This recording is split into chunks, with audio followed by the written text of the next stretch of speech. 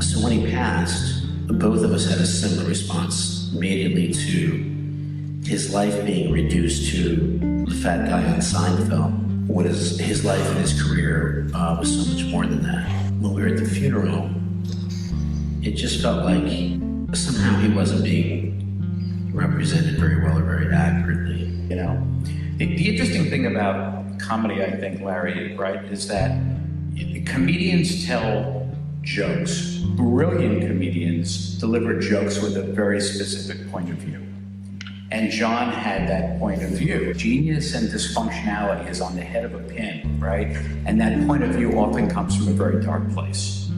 And the genius of John came from a very dark place. The question is, he was in such a dark place, and seeing him go into that dark place, you know, what could be done? Is there anything that can be done? I think at what point in time does anything help or not help?